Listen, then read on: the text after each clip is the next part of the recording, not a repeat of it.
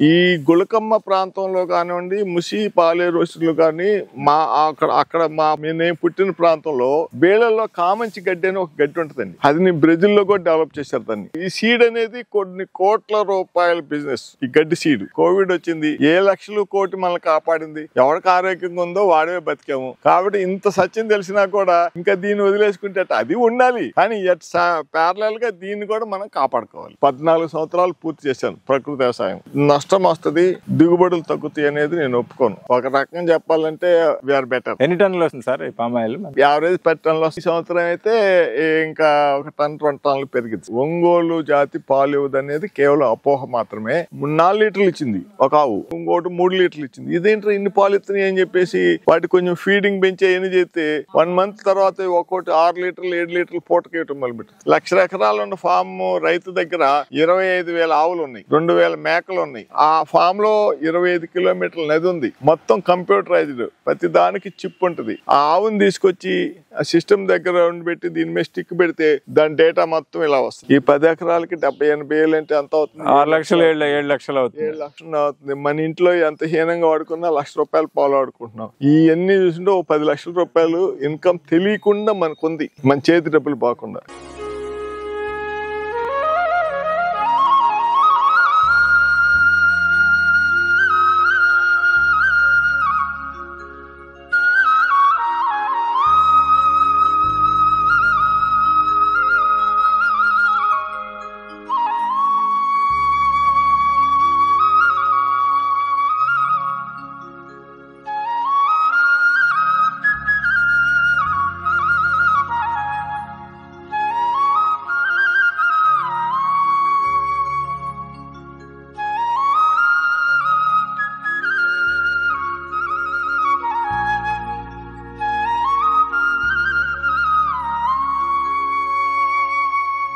అందరికీ నమస్కారం.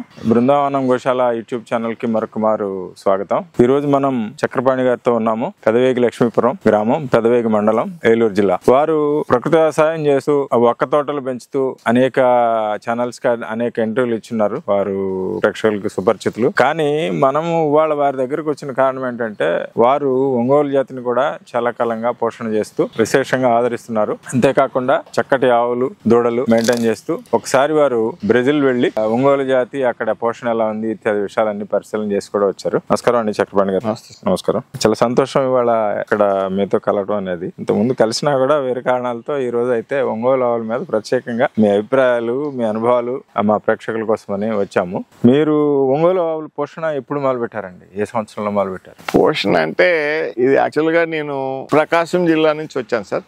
మాది కోనంకి గ్రామం, మాటూరు మండలం, ప్రకాశం జిల్లా, ఇప్పుడు బాపట్ల జిల్లా సార్. ఈ ఒంగోలు జాతి అనేది మా పూర్వీకుల నుంచి మా ఇంట్లో ఈ ఒక భాగం. మేము చిన్నతనంలో అక్కడే పెరిగాను కాబట్టి మా ఇంటి నిండా ఈ ఆవులు ఉండేవి, దోళ్ళు గిత్తలు ఉండేవి. అసలు ఇవి అంటే మేము చదువు కూడా మర్చిపోయి వీటితోనే మా యొక్క రిలేషన్ ఉంది. చిన్నతనంలో మాకు చాలా ఆవులు, గిత్తలు ఇవన్నీ ఉండేవి. మంచి జాతి ఉండేది. తాతల ముత్తాతల నుంచి వచ్చిన వారసత్వ ఆవులు ఉన్నాయి. అయితే నేను 85-86లో చదువు వ్యాపారం నిమిత్తం నేను వెస్ట్ గోదావరికి రావడం జరిగింది. వచ్చిన తర్వాత ఒక 25 సంవత్సరాలు ఈ ఆవుని, ఈ వ్యవసాయాన్ని మొత్తం మర్చిపోయాను సార్. ఎప్పుడైతే 2007-8 సంవత్సరాల్లో మన పాలేకర్ గారు ఒక ఆవుతోటి 20 ఎకరాల వ్యవసాయం చేయొచ్చు అనే కాన్సెప్ట్ ఎప్పుడైతే బయటకు వచ్చిందో, ఇక్కడ నేను అనుకోకుండా అప్పటికే ఇక్కడ ఒక 10 ఎకరాలు పొలం ఎక్వైర్ చేసి ఉన్నాము ఆ కుటుంబం. తర్వాత ఇక్కడ మా పక్కన విజయసారథి గారు అని ఆల్రెడీ ఆయన ఈ యొక్క ప్రకృతి వ్యవసాయం చేస్తున్నారు ఒక 40 ఎకరాల ఫామ్ లో. ఒక రోజు ఆయనతో మీట్ అయినప్పుడు ఆయన కూడా ఇట్లా నువ్వు కూడా చేయొచ్చు కదా, ఇది చాలా మంచి కాన్సెప్ట్, ఇది అయితే మనకి అన్ని రకాలుగా బాగుంటుంది అని అంటే ఏదైతే అప్పుడు దాని గురించి ఆలోచించాం. ఒక ఆవు 20 ఎకరాలు, ఒక ఆవుతోటి 20 ఎకరాలు వ్యవసాయం చేయొచ్చు అనే కాన్సెప్ట్ ఎప్పుడైతే ఉంది, అందరూ దాన్ని ఆచరిస్తున్నారో నాకు కూడా ఇంట్రెస్ట్ కలిగింది. ముఖ్యంగా ఈ ప్రకృతి వ్యవసాయం వల్ల ముందు ఆవు సరైవ్ అయింది, మన ఒంగోలు జాతి అనేది సరైవ్ అయింది అనే అసలు మెయిన్ అది మనసులో పెట్టుకొని ఇమీడియట్ గా ప్రకృతి వ్యవసాయం స్టార్ట్ చేయాలనే కాన్సెప్ట్ ని మనం మొదలుపెట్టి నేను మళ్ళీ మా ఊరు నుంచి ఒంగోలు నుంచి ఒక 2 ఆవులని సేకరించి అప్పటి వరకు ఇక్కడ బిల్డింగ్ గానీ షెడ్ గానీ చిన్న పాక కూడా ఏముండేది కాదు. ఈ ఆవుల కోసం మళ్ళీ చిన్నగా షెడ్ ఇన్ఫ్రాస్ట్రక్చర్ ఇదంతా స్టార్ట్ చేసి 2010 నవంబర్ 23 స్టార్ట్ చేశాం సార్. నిన్నటితోటి 14 సంవత్సరాలు పూర్తి చేశాను ప్రకృతి వ్యవసాయం కంప్లీట్. అప్పటి నుంచి స్టార్ట్ అయిన రోజు నుంచి ఈ రోజు వరకు కూడా ఒక సింగిల్ డ్రాప్ పెస్టిసైడ్ గానీ ఒక స్పూన్ ఫర్టిలైజర్ కెమికల్ వాడకుండా టోటల్ గా ఈ గో ఆధారిత వ్యవసాయం ఈ గో ఉత్పత్తులతోనే మనం చేస్తున్నాం. ఈ చేసే దాంట్లో నేనైతే చాలా సాటిస్ఫాక్షన్ గా ఉన్నాను. ఇది సక్సెస్ఫుల్ గా కూడా చేశానని గర్వంగా నేను చెప్పగలను. Congratulation sir. 14 ఏళ్ళు పూర్తి చేశారు. మీరు బ్రెజిల్ కూడా వెళ్ళున్నారు. ఒంగోలు ఆవు నిరాదరణకు గురైంది మన ప్రాంతంలో. దానికి కారణాలు ఏమంటారు సార్? ఇది ప్రధానంగా ఈ ఒంగోలు జాతి నెల్లూరు, ఒంగోలు, గుంటూరు పరిసరాల్లో దీని యొక్క అభివృద్ధి కొనసాగింది సార్. ముఖ్యంగా గుళ్ళకమ్మ, పెన్నా అనేది మధ్యలో మున్నేరు, పాలేరు, ముసి, పెన్నా, గుళ్ళకమ్మ ఈ ప్రాంతాల్లో ఈ యొక్క జాతి అభివృద్ధి జరిగింది. అక్కడ అప్పుడు ఉన్నటువంటి నైసర్గిక పరిస్థితులు, వర్షాధార పంటలు, మెట్ట వ్యవసాయం కొనసాగింది. మెట్ట వ్యవసాయానికి ఈ ఆవు, ఎద్దు అనేది చాలా అవసరం. ఎప్పుడైతే ఎద్దులకి బాగా వ్యవసాయానికి బండి లాగటానికి, పొలం దున్నటానికి ఒంగోలు ఆవు వీటి పర్సనాలిటీ, వీటి యొక్క స్టామినా, ఈ ఉదయం అరకడితే సాయంత్రం దాకా ఆకుండా రోజుకి 10 ఎకరాలు గొర్రు, 1 ఎకరం పెద్ద నాగలి ఈజీగా వెళ్ళి లాగలిగే శక్తి వీటికి ఉంది. కాబట్టి రైతులు ఈ గిత్తల్ని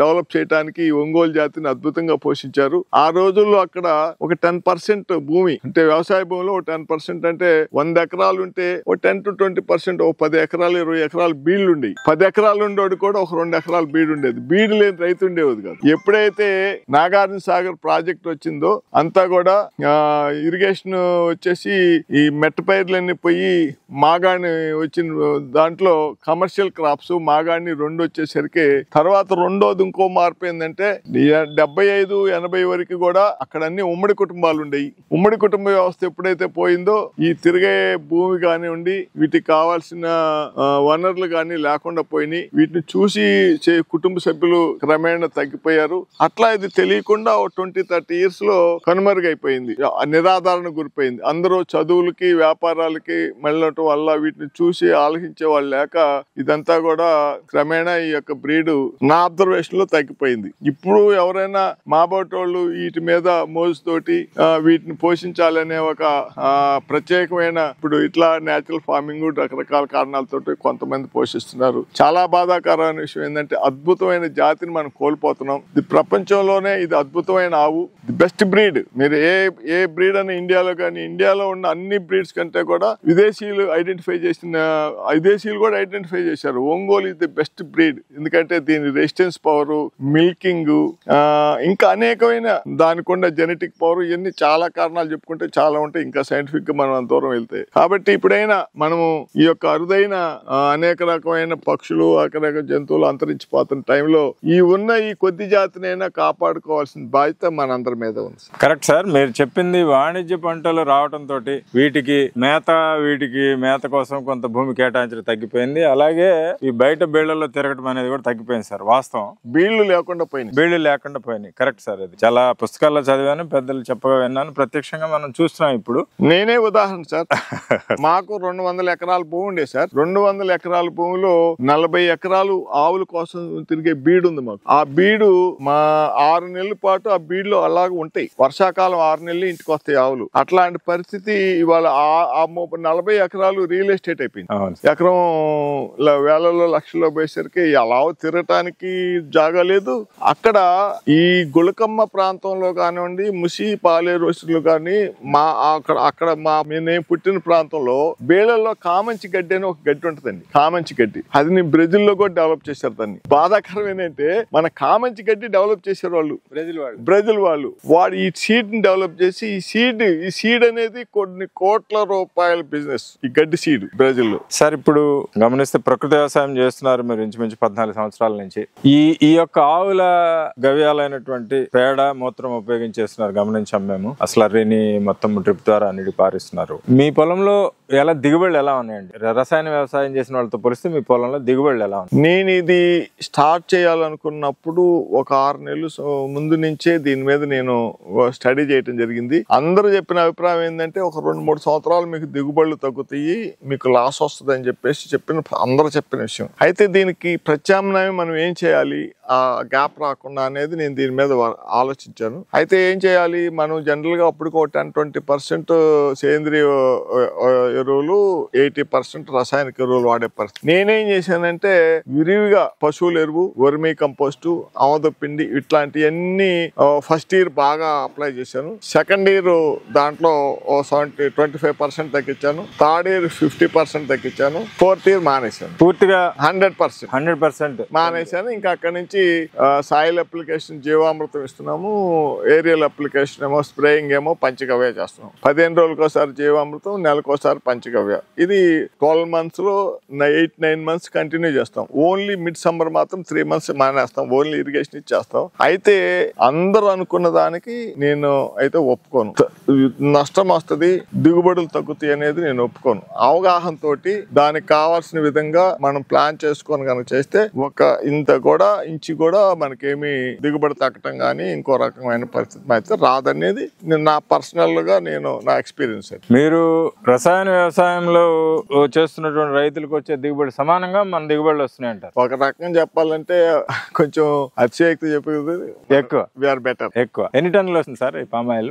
ఇది యావరేజ్ 10 టన్నులు వస్తుంది. 10 టన్నులు. ఈ సంవత్సరం అయితే ఇంకా 1 టన్ 2 టన్నులు పెరిగింది. 10 టన్నులు అనేది మంచి దిగుబడి అండి. ప్రకృతి వ్యవసాయంలో 10 టన్నులు అనేది అద్భుతమైన దిగుబడి, దానికి అటువంటి అనుమానం లేదు. మీరు చెప్పింది అతిశక్తి కూడా కాదు. మరొక విషయం, ఒంగోలు జాతి విషయంలో సార్ ఈ రోజు ప్రధానంగా ఒంగోలు మీద ఉన్న ఒక పెద్ద అపవాదం ఏంటంటే పాలు దిగుబడి రావట్లేదు అనేది. కానీ నేను సేకరించిన సమాచారం మేరకు అట్లీస్ట్ కొద్ది మంది దగ్గరైనా, కొద్దిపాటి ఆవులైనా సరే సరాసరి దిగుబడి రోజుకి దూడతో కలిపి ఒక 5 లీటర్లు ఇస్తున్నట్టుగా నాకు సమాచారం ఉంది. అది ఎంతవరకు వాస్తవం మీ దగ్గర ఉన్నట్టు? 100% sir.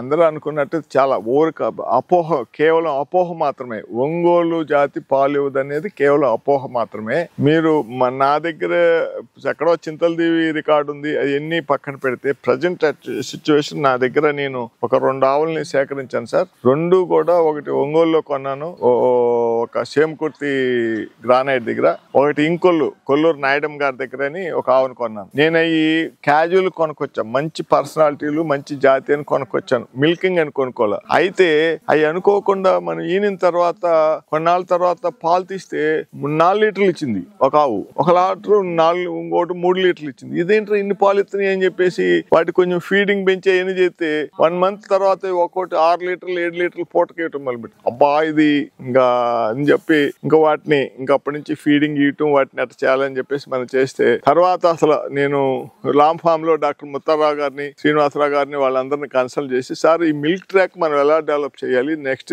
What you have to do అనే దాని మీద వాళ్ళతో కొంత తెచ్చుకొని మళ్ళీ ఈ ఎక్కడ ఇంబ్రీడింగ్ కాకుండా బ్లడ్ లైన్ ఎప్పటికప్పుడు మార్చుకుంటూ ఆ యొక్క లాక్టేషన్ ఎక్కువ ఇది ఉన్న బుల్స్ సెమన్ కూడా నేను తెచ్చుకొని అట్లా చేసుకుంటూ వచ్చాను. ఒకదానికి అయితే 3 ఆవుదోళ్లు పుట్టినాయి. ఆ 3 ఆవుదోళ్లు కూడా తల్లంత కాకపోయినా దగ్గరగా అవి కూడా మినిమం లీస్ట్ టైమ్ లో కూడా పర్ టైం 3 లీటర్స్ ఇస్తున్నాయి. పీక్ లో per time 5 litres to 6 litre కూడా ఇచ్చే ఉన్నాయి. దూడ అనేది కామన్. మనం ఎన్నున్నా దూడ తాగుతుంది. దూడ కాకుండా మీరు చెప్తున్నట్టు 3 లీటర్లు 5 లీటర్లు దూడ కాకుండా దూడ ముందు తాగితేనే చేపిద్ది, తర్వాత మళ్ళీ 2వ చేపు తీయాలా, 2వ చేపు కూడా మళ్ళీ తాగిద్ది. వదిలినాక అది మనం ఎంత తీసినా, ఎన్నిసార్లు తీసినా ఈ జాతి తల్లి కట్టి పెట్టుకోవటం కామన్. అవి అరగంట తాగుతాయి. మళ్ళీ చూస్తుంటాం కదా, ఇంకా 1 లీటర్ టు 1.5, 2 లీటర్స్ వరకు కామన్ గా తాగుతాయి. మనం 3 లీటర్స్ అంటే వాటికి అంత కెపాసిటీ ఉంది. అయితే ఇది ఒక అపోహ అనమాట. అందుకే అసలు ఇంకోటి నా అబ్జర్వేషన్ లో జరిగింది ఏంటంటే సార్, ఈ ప్రకాశం జిల్లా గుళ్ళకమ్మ కానీ ఒంగోలు ముసిగ ఈ ప్రాంతంలో మాకు తెలిసి 1970 ముందు ఒక 50-60 సంవత్సరాల ముందు నుంచి కూడా ఈ గిత్తల మీద మోసుతోటి ఆవి ఈనిందంటే గిద్దోని పుడితే ఇంకా పండగ అనమాట. 1 ఎకరం కొన్నంత సంతోషం రైతులకి. దీన్ని ఇక పాలు తీయకుండా గిద్దోడికి పాలు శుభ్రంగా వదిలేసి, పాలు ఎప్పుడైతే తీయలేదో అది దూడకు కావాల్సిన ఉత్పత్తి చేసిన తర్వాత మానేసి, ఎప్పుడైతే మనం మిల్కింగ్ తీస్తున్నామో ఆటోమేటిక్ గా దాని మిల్కింగ్ పెరుగుతా ఉంది. ఇదో పెద్ద జరిగిన పొరపాటు అక్కడ.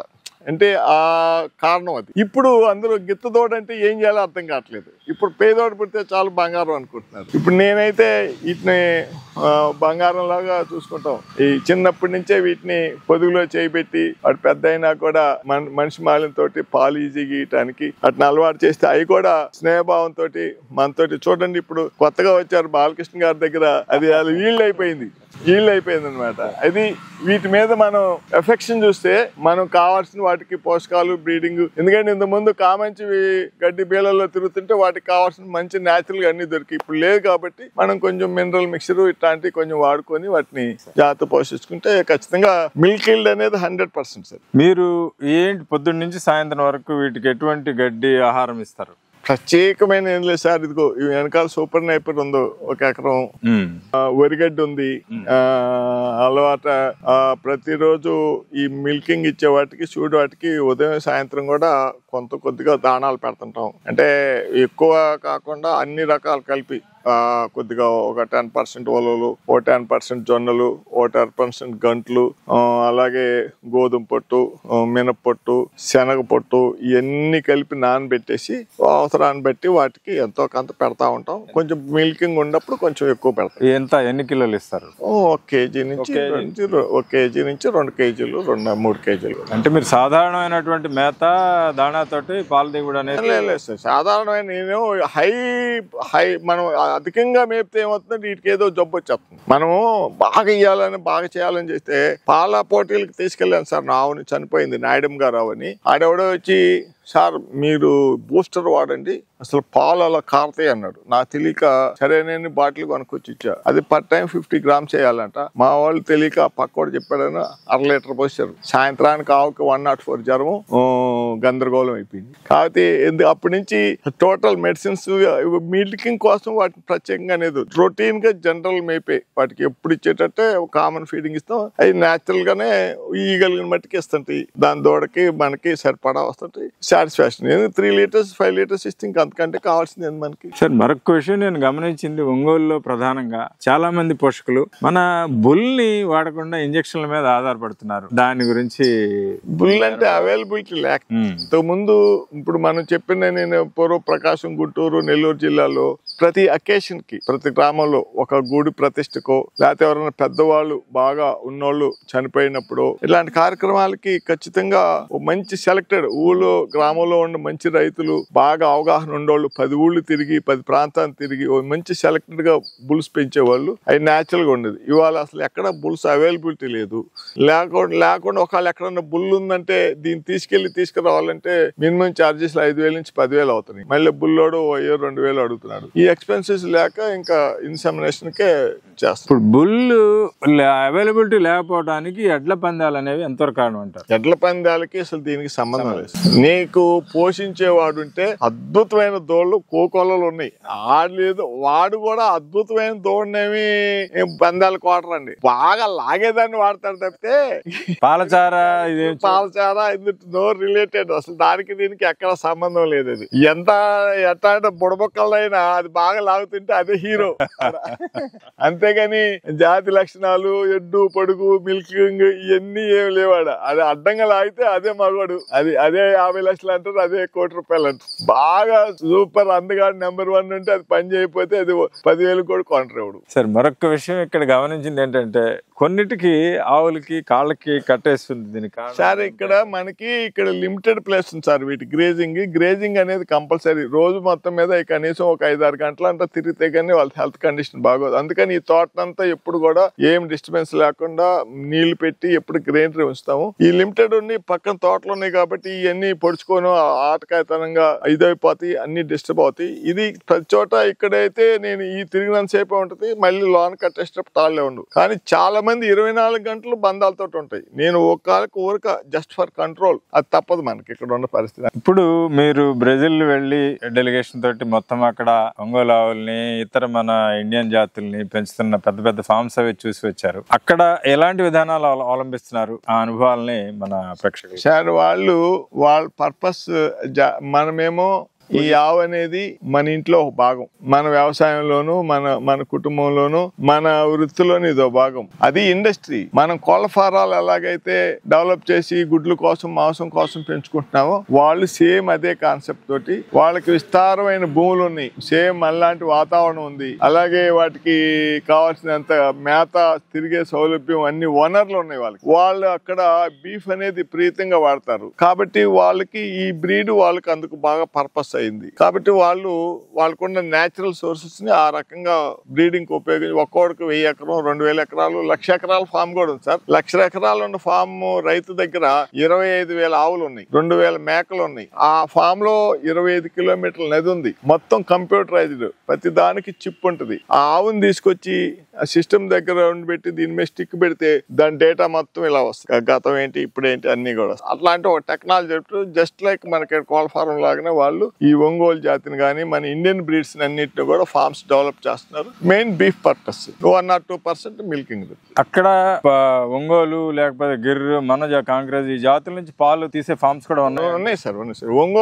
ఒంగోలులోనే నెల్లూరు డీకోలియాస్ అనే ఫామ్ వాళ్ళు per day 20 to 25 litres capacity Ongole breed develop. Pure breed స్వయంగా పిండాం. ప్యూర్ బ్రీడ్ అంటే ఇంకా అది చెట్టు ముందు ఎత్తు ముందు లాగా ఉంటుంది సార్. మనకైతే 100% ఒంగోలే. కాకపోతే వాళ్ళు ఏం చేశారంటే సార్, అక్కడ వాళ్ళు ఏం చేశారంటే 1935 నుంచి కూడా డేటా ఉంది. ఆ దూడ దేనికి పుట్టింది, దాని తల్లి ఏంటి, తండ్రి ఏంటి, తర్వాత అంతా డేటా ఉంది. ఎక్కడ కూడా క్రాస్ కాకుండా వాళ్ళు జాగ్రత్తగా బ్రీడింగ్ చేస్తున్నారు. రెండోది వాళ్ళు ఏం చేస్తున్నారంటే ది బెస్ట్, మంచి ఆవు, మంచి number 1 best breed, number 1 best breed, దాని నుంచి ఒకటి తీస్తారు. అట్లా మళ్ళీ మిగతా మళ్ళీ ది బెస్ట్, అట్లా ది బెస్ట్ లో ది బెస్ట్ ని బ్రీడింగ్ పర్పస్ కి ఉపయోగిస్తున్నారు. అట్లా వాళ్ళు జాతిని అభివృద్ధి చేశారు. ఇక్కడ ఎట్లాగైతే మన వాళ్ళు పూర్వం మంచి బుల్స్ ని సెలెక్ట్ చేశారో అట్లాగే వాళ్ళు అటు 2 రకాలుగా కూడా ఆ సెలక్షన్ అనేది చేసి ది బెస్ట్, ఫైనల్ థింగ్ ఏంటంటే ది బెస్ట్ సోర్స్, తర్వాత కూడా ది బెస్ట్, ఇంకా అది కంటిన్యూ ప్రాసెస్ ది బెస్ట్ అనేది అట్లా చేశారని నాకున్న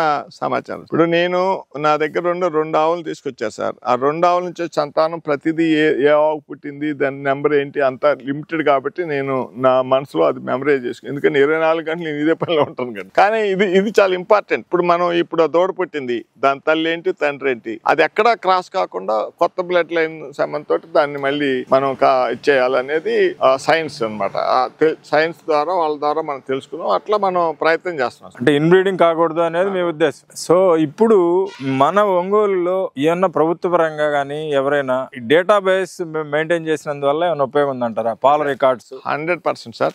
ఎప్పుడైతే మనం డేటా మెయింటైన్ చేసి వాటి పాల రికార్డ్స్, వాటి తల్లి రికార్డు, తండ్రి కూడా సెమన్, ఆ తండ్రి అంటే ఇప్పుడు తండ్రి అంటే బుల్ కూడా ఇంపార్టెంట్ సార్. మిల్కింగ్ లో బుల్ కూడా ఇంపార్టెంట్. బుల్ యొక్క తల్లి ఎన్ని లీటర్లు ఇచ్చింది, దాని తోబుట్టులు ఎన్ని లీటర్ ఇచ్చింది, దాన్ని బట్టి ఈ బుల్ కి మిల్కింగ్ జీన్స్ ఎంత ఉంటది అనేది పరిస్థితి. ఇప్పుడు 2000 లీటర్స్ 3000 లీటర్స్ 4000 లీటర్స్ వాళ్ళు చెప్పేది ఏంటంటే వాటి తల్లి కెపాసిటీ లాక్టేషన్ 305 డేస్ కి లెక్కేస్తారు సార్. 305 డేస్ లో ఎన్ని లీటర్లు ఇచ్చింది తల్లి, దాన్ని బట్టి దీనికి ఆ కెపాసిటీ ఉంది అనేది చెప్తా వచ్చారు. అయితే మన దగ్గర ఏదో కొన్ని రికార్డ్స్ చదువుతున్నారు కానీ అవి అంత ఎగ్జాక్ట్ కరెక్టా కాదో మనకు తెలియదు. ఆ రకంగా సైంటిఫిక్ గా మనం దాని తల్లి రికార్డుని తీసి మనం చేస్తే అది కూడా అంటే అది అనేది శాస్త్రీయంగా చెప్తున్నారు. అయితే నేనైతే నా అబ్జర్వేషన్ ఏంటంటే 70% తల్లి కనుక మిల్కర్ అయితే 70% జీన్స్ తల్లి వస్తున్నాయి, ఎక్కడో ఒకటి మిస్ అవుతుంది. దూడలు కూడా మిల్కింగ్ తో వస్తున్నాయి. అప్పుడు మనం ఈ దూడలు కూడా మంచి మిల్క్ లాక్టేషన్ సెమన్ చేపిస్తే ఇవి కూడా మంచి మిల్కర్స్ అవుతాయి. నేను ఇప్పుడు చూసిన ఇప్పుడు ఇది 2nd జనరేషన్, ఇవి అది 2nd జనరేషన్. తల్లి జీన్స్ వాటి 3కి వచ్చినాయి. ఇప్పుడు ఇంకా 4 ఉన్నాయి నా దగ్గర. వీటికి కూడా 100% వీటికి ఉన్న ఫీచర్స్ ఇదిగో చూడండి. నరం, పాలచార, ఈ నరం ఎప్పుడైతే ఇక్కడ కనపడుతుందో ఇది 100% పాలు ఇచ్చింది అనేది ఇది అన్నమాట మనకి. ఇప్పుడు మరో ప్రధానంగా ఇక్కడ గమనించినట్లయితే మీరు 2 రకాలుగా ఏ ఆవు నుంచైనా మనం 3 రకాల ప్రయోజనాలు ఆశించవచ్చు. 1 పాలు, 2 వాటి నుంచి వ్యవసాయానికి మన పెద్దల నుంచి మూత్రమును పేడ ఉపయోగించేవారు, 3 ఎద్దులు వ్యవసాయంలో వాడక. అది ఈ రోజు యాంత్రీకరణ వల్ల తగ్గిపోయింది బాగా. కానీ ఈ 2 విషయాలైనా ఆర్థికంగా వ్యవసాయంలో ఉపయోగించడం వల్ల ప్లస్ పాల వల్ల ఆర్థికంగా నిలదొక్కవచ్చునని. ఈ కంప్లీట్ గా వీటిని ఎప్పుడో తెచ్చినప్పుడే వీటన్నిటి జెనెటిక్ గా వీటి బ్లడ్ టెస్ట్ చేయించాను. అన్ని A2 జెన్స్ రెండు కూడా. మనం ఇప్పుడు వ్యవసాయానికి వీటి వ్యర్థాలన్నీ ఉపయోగించుకుంటాం. వ్యవసాయాన్ని ఉపయోగించుకుంటే ఇవాళ ఎకరానికి వచ్చేసి 40-50 వేల రూపాయలు మినిమం మనకి ఎరువులు వాడాలి సంవత్సరం మొత్తం మీద. ఈ స్ప్రేయింగ్స్ ఇవన్నీ ఆడితే ఇప్పుడు ఇంత మీద కనీసం 70-80 వేలు సుమారు అవుతుంది ఎక్స్పెండిచర్. ఈ 10 ఎకరాలకి 70-80 వేలు అంటే ఎంత అవుతుంది? 6 లక్షలు 7 లక్షలు అవుతుంది. 7 లక్షలు అవుతుంది. మన ఇంట్లో ఎంత హీనంగా వాడుకున్నా ₹1,00,000 పాలు వాడుకుంటున్నాం. ఇవన్నీ చూసింటే 10 లక్షల రూపాయలు ఇన్కమ్ తెలియకుండా మనకు ఉంది, మన చేతి డబ్బులు పోకుండా. ఇవాళ పేడ కొనాలంటే 4,000, మూత్రం ₹10 అమ్ముతున్నారు. అలాగే అన్నిటికంటే అసలు విషయం మనం మర్చిపోతున్నాం సార్. ఈ ఆవు పాలు మనం తాగటం వల్ల మన పిల్లలు మనం ఇంట్లో చాలా జబ్బులకి దూరంగా ఉంటున్నాం. మనకి ఇమ్యూనిటీ పెరుగుతుంది, అన్ని రకాలుగా ఉంది.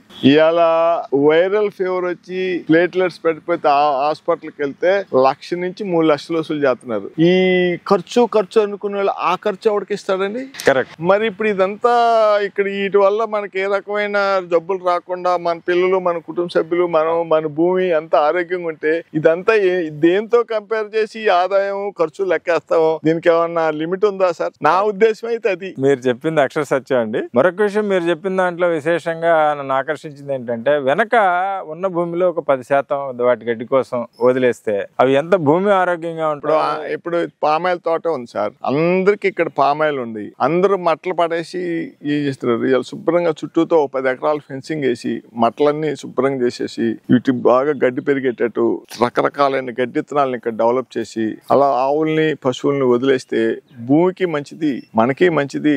ఎన్నో రకాలైన ఉన్నాయి. చాలా మంది ఆచరిస్తున్నారు రైతులు ఇవాళ. ఇప్పుడు అందుకని మేమేం చేసాం, అది ఇంకా తక్కువ మొక్కలు వేసాం. ఇది 58 మొక్కలు అయితే అది 40 మొక్కలే పెట్టాం ఎకరానికి.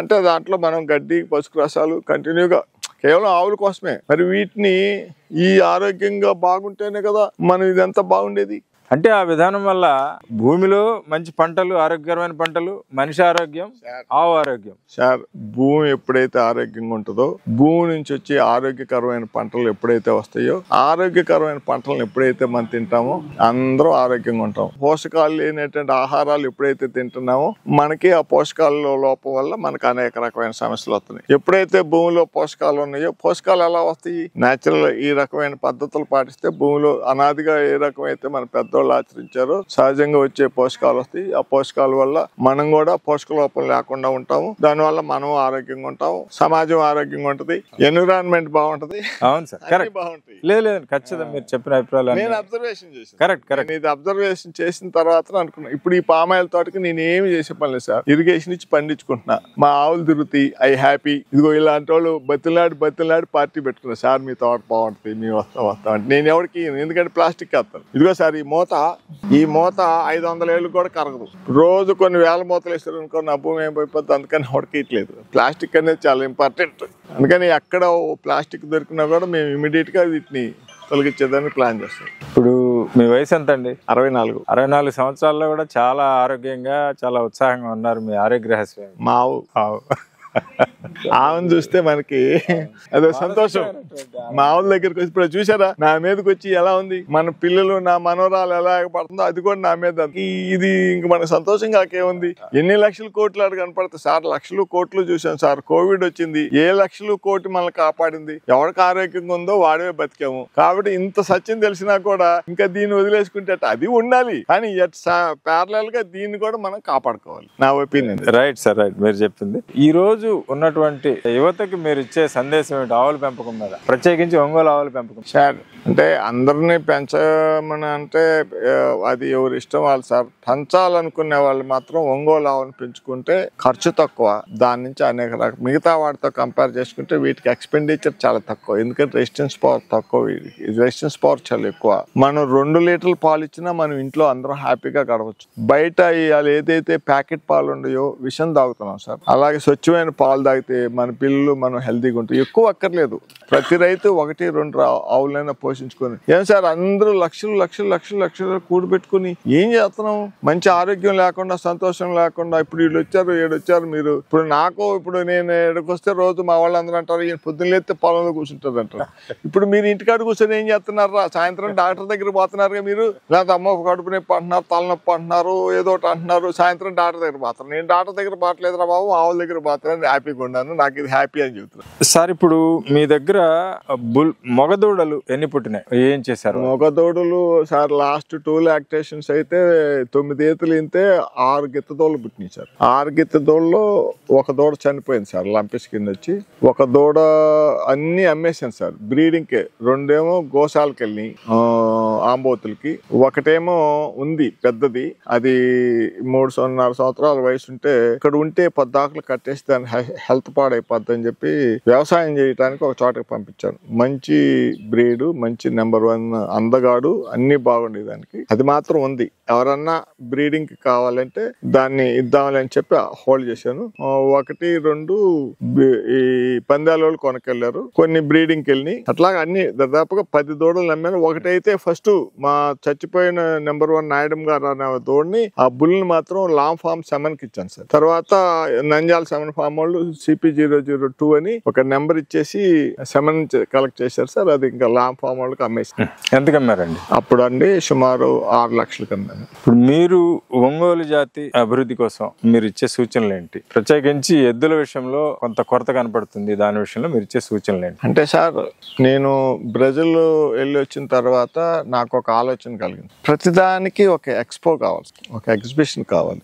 వాళ్ళ పెట్టిన వాంకడే స్టేడియం లాంటి ఒక పెద్ద క్రికెట్ మైదానం స్టేడియం లాంటి స్టేడియంలో ప్రత్యేకంగా ఈ షో కోసం ఒక స్టేడియం కట్టారు. 2500 పశువులు దాంట్లో హోల్డ్ చేస్తారు. బ్రహ్మాండమైన ఫెసిలిటీస్, అవి తిరగటానికి, పాలు పిండటానికి, మిల్కింగ్ కాంపిటీషను, బ్యూటీ కాంపిటీషను, అన్ని రకాలైన పెడతారు. సాయంత్రం యాక్షన్ కూడా పెడతారు సార్. అవన్నీ చూసిన తర్వాత నాకేంటంటే, పూర్వం మనకి ఇక్కడ బాగా సంతలు జరిగాయి సార్, అందాల పోటీలు జరిగాయి. ఇప్పుడు ఎడ్ల పందాలు అలా జరుగుతున్నాయి, అప్పుడు అందాల పోటీలు, ఆవులకి గిత్తలకి అందాల పోటీలు జరుగుతాయి. ఈ అందాల పోటీలు జరిగితే ఏంటంటే ది బెస్ట్ ఒకటి ఎలివేట్ అవుతాయి. రెండోది ఈ కాంపిటీషన్ లో ఇప్పుడు మన బాలకృష్ణ గారికి ఆవులు ఉన్నాయి, నాకు ఆవులు ఉన్నాయి, మీకు ఆవులు ఉన్నాయి. మనం అందరం ఎగ్జిబిషన్కి వచ్చామనుకో, షోకి వచ్చామనుకో, నాకు ఫస్ట్ ప్రైజ్ వచ్చింది అనుకో, మీరేం చేస్తారు? నెక్స్ట్ ఇయర్ నా వాటికి కూడా మంచి ప్రైజ్ రావాలని చెప్పి మీరు ఇంకొంచెం ఇంట్రెస్ట్ గా పోషిస్తారు. ఇది ఒక హెల్తీ కాంపిటీషన్.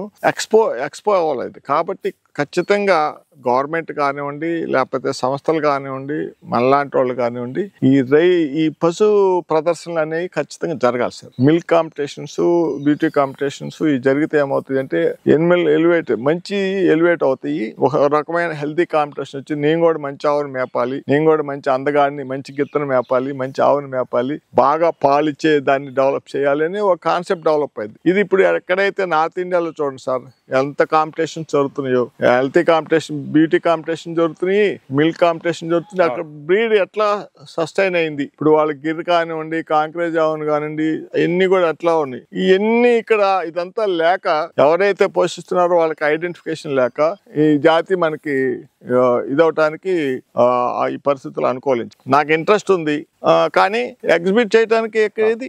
చాలా సంతోషం అండి. ఈరోజు మీ నుంచి ఒంగోలు జాతి గురించి ఎన్నో అనుమానాలు, ఆర్థికమైనవి, వాటి పోషణలో ఉన్నటువంటి కష్ట నష్టాలు, వాటి మీద ఉన్న అపవాదులు ఎన్నో మీరు మీతో మాట్లాడడం ద్వారా చాలా సమాచారం ఇచ్చారు, అనుమానాలని చాలా పటాపంచలు చేశారు. ఖచ్చితంగా మీలాంటి వారు ఇంకా చాలా మంది ఒంగోలు జాతి పోషణలోకి రావాలని, మన జాతి ప్రపంచ ప్రఖ్యాతిగాంచినటువంటి ఒంగోలు జాతి పతాకం ప్రపంచంలో నంబర్ 1 బ్రీడ్ గా ఎదగాలని, ఎగరవేయాలనేది మా కోరిక. నమస్కారం అండి, ధన్యవాదాలు.